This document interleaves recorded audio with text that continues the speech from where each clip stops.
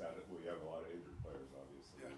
What is that going to look like on Sunday? Is Max Crosby in line to potentially play? Yeah, we'll see what Max can do today. And with injuries, it's week 5 in the National Football League. Just like everybody else, we're battling, and we'll see come Sunday who's ready to go. Coach, with Max, he's always the energy guy in practice. With him out, have you seen anyone kind of take the reins in practice in that regard? Ooh, it's hard to match Max's energy. I would think Robert Spillane, if I had to throw somebody out there that could just say, not just energy, I think just the body of work, body language, the temperament, the talk, probably a little bit more vocal, which is needed. Now, obviously, he's a captain, so, you never try to replace a player as far as what they do and how they act and their mannerisms, but I think Robert Spillane's done a good job for us. So yesterday, NCAA announced the punishment from Arizona State. Is that something that you have any sort of statement about or comment about? No comment. I'm employed by the Raiders. Coach, this is the second time you guys have a chance to stack 2 wins in a row. What are you hoping that the team learned from that loss to Carolina that you guys can change this time around? Yeah, obviously, we can't come out flat. Got to have energy. Got to have poise. Playing on the road, so you're gonna have to deal with that with the crowd. I think it's important that we get off to a fast start. And again, you got to protect the football, penalties, things of that nature. But we've talked about that at length this week. It's things that we need to do better as we come off wins. And it's about being consistent. It's not, again, we're talking about the highs and the lows, but just being that team that showed up this past Sunday, again this Sunday. One of the things you talked about at training camp was the depth at linebacker.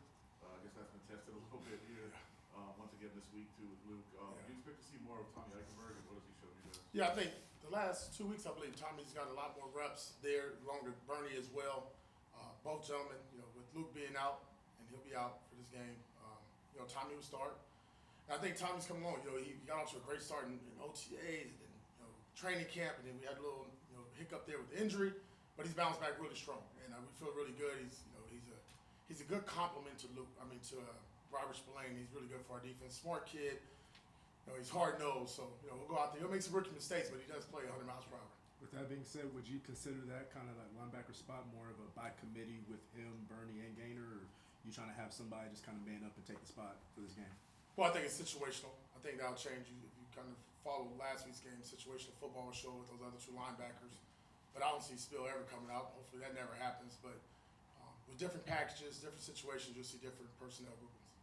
How's Dylan Barham coming along? It's good. We'll go out there and give it a shot today and see how it looks, and we'll go from there. Samir showed up on the injury report on Wednesday. Where does he stand right now as we head to Sunday? Yeah, more than likely he's doubtful.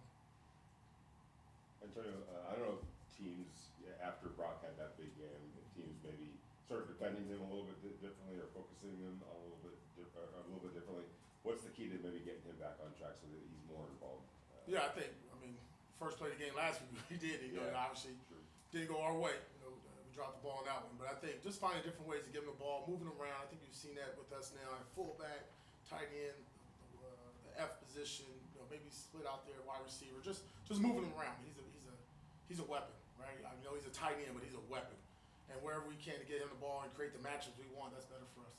You mentioned Max Crosby he was working off to the side yesterday. Do you think he might get to practice today? Or just He'll be limited today. That's good. We had asked about Devontae the other day, and how do you want to talk about it? Do you hope the situation is resolved quickly? That's handled on the 3rd floor. I'm focused on Denver Broncos. Get my team ready, prepared to play. We're excited about that. We're ready for it, right? So everything else will handle itself. I'll handle the grass. Telesco will handle everything else. Do you?